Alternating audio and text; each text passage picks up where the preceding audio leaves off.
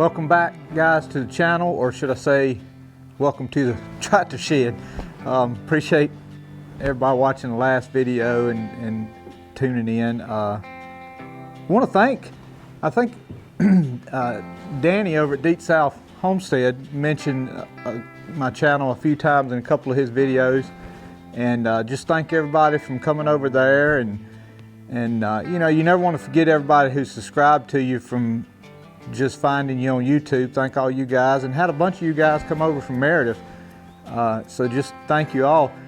I had a lot of questions that, you know, I've gotten from time to time. Why do I use this, or why do I do that? And I thought I would knock out a few of those today. As cold fronts come through and it's gotten kind of chilly, which, I mean, I had a few subscribers would comment on some videos when I was planting potatoes and what have you, or a couple of videos back, said, yeah, well, it's probably gonna get cold again. Yeah, and it is. It's I think it's got us getting down to 29-ish one night this week, and that's probably gonna put a hurting on the pear trees because they're in full bloom, and so is the peach tree. So I don't really have a way of covering them anything. I told Lena, I said, the only thing you could do is put a couple of 55-gallon barrels around the trees and get out there at 1 o'clock in the morning and start a fire, and let that, obviously the smoke from the fire going up beside the trees would probably keep it from freezing, but I don't think we're going to be doing that. I am going to try to protect the graft, and I know I said this in last video, but we're going to make a effort to walk over and look at the graft towards the end of this video. I'll show you how I'm going to protect it. I'll put the little cover that I got in mind. Hopefully will help it some. I don't know that it'll help it a lot, but hopefully it'll help it some. But with that said, got some plow points today. I'm gonna get around the other side of the table. What I thought I'd do, get a lot of questions, and a lot of times folks will say, you know, well, why are you using this point or that point? And you know, a lot of stuff, guys, that I do is not necessarily IH or in an IH manual. It's just stuff that I've grew up with, stuff that I have found that I like better, and I like the way it treats the tractor, and I like the way it does, and I'll try to cover some of that here. The first plow that I use a lot, and you guys have seen it, and this is just two different versions. This is they call it a shovel point. You can look them up and you'll find all kinds of what they call corn shovels, which is probably this one right here. I do save all the old plow points I can. They call these little corn shovels, and if you notice, they're kind of long and wide, and I think they're used to run in front of some older planters and open up the fur for planting. And you'll notice they're nothing like these shovels that I'm using on the back of the tractor. Why do I like them? Well, you know, they dig down good, for one, and we're going to get into that in a second too. They dig down good, and they create, especially like if you look at this one with the newer point, they create a pretty sharp little channel in there.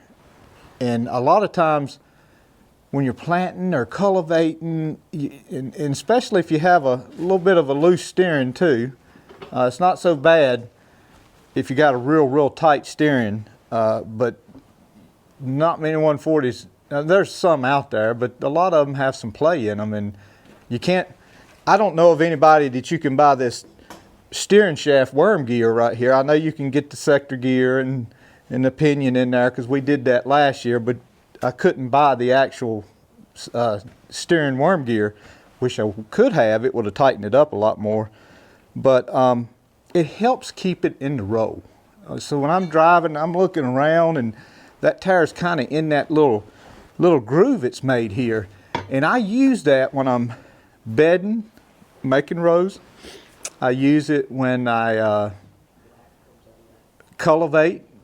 Up until about the last time I cultivate, that's when I switch off to a sweep this size, or maybe one this size. I think I used this some last year. Now what does this do? Well, it kind of goes in, and guys, keep in mind, you don't want to pull these things, you don't want to pull them like that. They should be pulled where this is straight up and down, and it's got a little angle to it so it can get under there a little bit. But what this thing will do with this whole flat bottom here, it will flatten out the bottom of that fur, and it won't be a V in it. Why would you do that on lay-by? Well, with the corn or green beans or something like that that you're walking up and down the row and you're picking them, and you know, we've had to hand pick the Hastings the last couple of years. It gives you actually a little more comfortable place to walk. Your foot's not going down into the ditch that this left. So that's my thinking on these back feet. I thought I would show you an alternative. These, I get a question, I'll answer the biggest question. So I had a subscriber find a set of these, and we were able to get them. And then I looked on the back of here, and they were made they're made in Canada by Empire. And I called them, and anyway, long story short, I got this guy to call me, and he talked like, yeah, you just give them my number, and you know, I'll get them hooked up to a vendor, they can get a set. Well, I had a couple subscribers tried and called him and left messages, but he never called them back. So I don't know a good source for these. These particular ones, when I say these particular ones, these are 10 by 12. They're 10 wide and 12 inches from here to here. You can get some 9 by 10s. Matter of fact, I had just got a set for somebody, a set of 9 by 10s. I got them, but the 10 by 12s that I use in particularly are kind of hard to come by. Nothing wrong with the 9 by 10s, guys. Matter of fact, that's a good point. It would work just fine if you can get a 9 by 10 or something like that. I think that's just fine. I wouldn't want to get too much into something like this. It looks like it's about 4 by 6, but 9 by 10 will work. But if you can't find those, these little sweeps right here, I ran these for quite a few years, and let's just get an idea. From the tip of the wing to the tip of the wing is 8 inches. And when it was new, that point was about right here. So I'm gonna say 7, 8 inches, something like that. That point come on down to there. That is a good little plow point for if you wanna mimic kind of what this one does. You can do it with this one right here, because it's not enough sweep on it. And if you look, it's, you know, it's kind of, it just stops, and it will leave. This is a good sweep if you can't find these. That, I would say, would be perfect. This, I've never tried it. And I guess for one reason why I've never tried it is because I don't have but one of them. If I had two, I might be done tried it. But I'm thinking this would, during cultivating, would throw dirt up on the side of the ridge, from where you're cultivating. I would say if you were in some heavy soil, you'd have to be careful that this one right here didn't cleat up a lot. If I run across another one of these, I may try. I don't, just to see what it would do. You have to be careful with these too. And again, these, just like the sweep, need to have a little bit of a angle to them. When they hit that dirt, they need to hit that dirt about like that, and it will suck it down in there. Now, and you say, well, how would I, man, this is going to be a pretty easy video to edit because I hadn't stopped talking yet. It'd be 2 clips. But anyway, how would I angle these things? Well, I brought these little these are, I think, called half sweeps.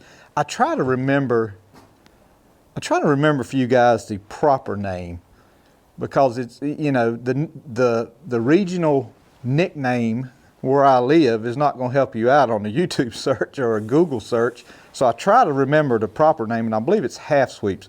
We call them turning hose, but again, half sweeps, I think. But anyway, so on the back of this foot, number one, this foot from Farmall, you'll notice the one with the spring on it here has some mechanisms here. It will trip. A couple of my videos last year, you guys may have caught a back foot. I had a back foot that was tripping too much. The spring tension or something in there had done wore out, and it was tripping over little bitty pebbles. I mean, stuff it shouldn't have been tripping over, and I had to change it out. But it will trip and fold backwards like that, and when you let up on it, it actually is kind of like one of those shotgun plows. I call them shotgun plows, the ones with the big cylinders on it. It'll chink back in there. But how you change the angle of this foot, how you make it go more this way or more straight up and down, is this nut right here. As you can see, guys, it's got threads on it, and it's got a little locking nut up here. And either turning it one way or the other is going to take that foot and make it go back and forth. And that's how you would get the angle that you need on this. That, in combination, and this is the rod that goes on the back of the tractor right here, and this is for, you know, 100s, 140s. I don't know that a Cub will do this because I don't know a Cub as good as the other ones, but you see me pushing down on this, setting your lift arm to apply down pressure on this. Now, you guys know I'm big about letting that lift arm be in float when I'm disking, plowing. A lot of times when I'm planting, this in float too. I don't have down pressure on this planting, but when I'm cultivating, and you look back at some of my videos, you can see those back feet are just really digging. I mean, they're really going to town. They're digging in. It's because I have down pressure on it, and that thing is literally pushing it down.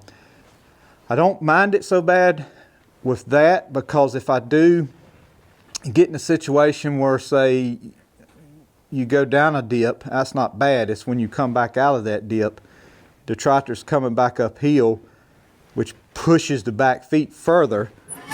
You got that spring room right there to take the heat off the lift arm so you don't bend it. Farmall 51 had bought a tractor here recently, and I'm sure you guys, a lot of you probably watch his channel, and me and him both commented, I mean, yeah, he's got a perfectly never bent lift arm with the factory, what I call the factory bends in it, but that's it. It's got the factory bends, but no other bends. So somebody has really looked after that lift arm. But so yeah, between the down pressure and, you know, having a down pressure on these spring arms, it can really, really dig in the soil. I used these last year on a couple of videos, and the whole time, I'm going to tell you guys, the whole time I've used these, I've made about 2-3 videos using these half shovels, maybe that was it, half shovels. I think that's it. I'm not sure, and I got a couple of videos, I almost lost my train of thought there. I got a couple of videos where I was using these, and it's not moving the dirt that I remembered when I was 14, 15, 16, 17 years old and we were plowing corn with these.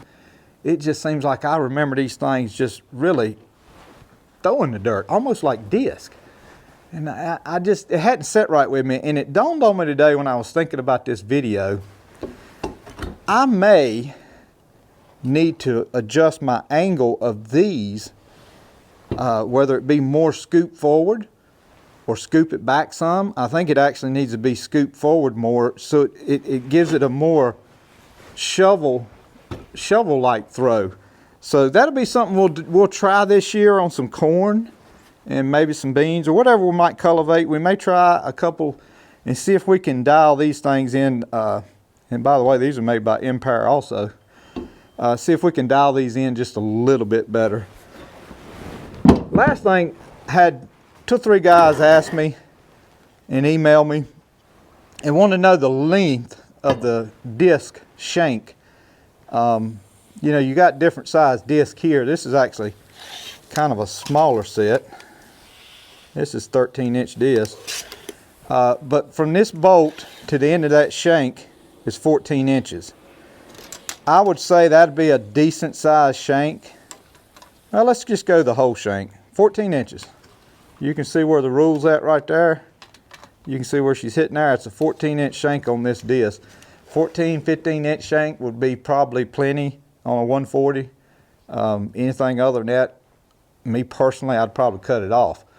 But now if you're using that shank on the back of a toolbar of something, I don't know that I would cut it off, because they do make these. I've seen little shanks that go up 22 inches, but this thing here, mine seemed to be around that 14-inch range, so that was a question there. And I had one more, had a question pretty good while back about this bar, and I think I sent a guy what I thought would be the measurements of it, and I believe he built one. But anyway, here's a straight bar. This bar is used to kind of tilt the back end up and down. It's the draft link bar is what it is. It's a draft link.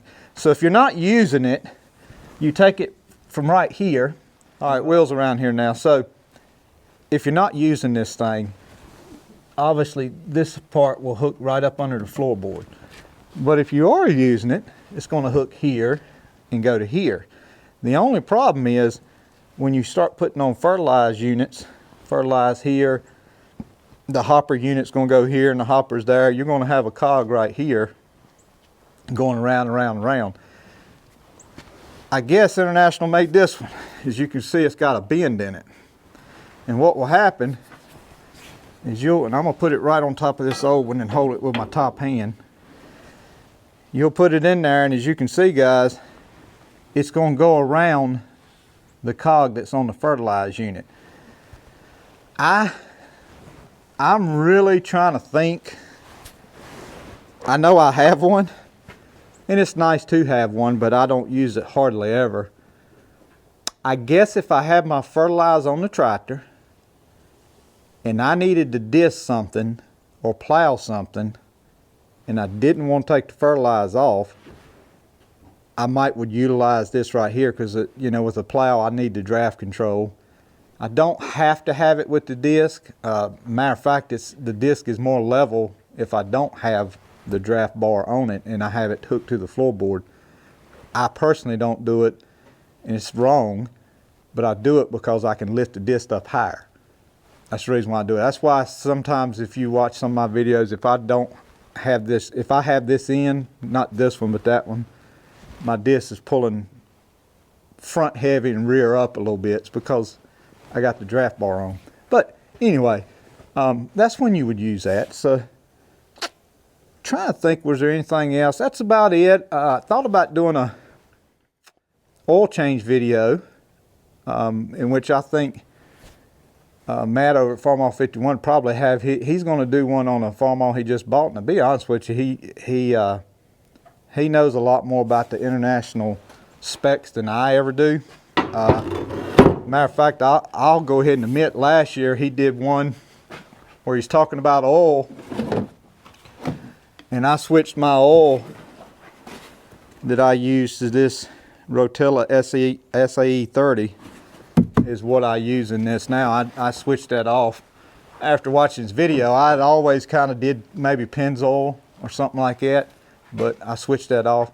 Before we go, let's look at the graft, and I'm going to see who's burning my text up. And I'll show you my cover we'll put on it, and we'll make it a video. All right, we're going to look at the graft real quick. I'm pretty confident that it's tooken, but now we just got to protect it. And so it had a pretty cold day on it yesterday. Had a bunch of sleet. Get my glasses on so I can see it. Yeah, it burnt that leaf back a little bit. You can see where it curled that one up a little bit. But I mean, you know, there's still nice green color. So what, I don't know that this is gonna work, guys. And some of you may say, you know, Joe, that ain't gonna help you, but I'm gonna try. So for the next, until it gets back up in the at least upper 30s and maybe even 40. Every evening I'm gonna cover it up with this trash bag, and hopefully that will help it. I don't know that it will, but it won't be for a lack of not trying to save it. So it's one of those deals where you feel like you just incubated some eggs and you're kind of proud of it. So my idea is just to tie that.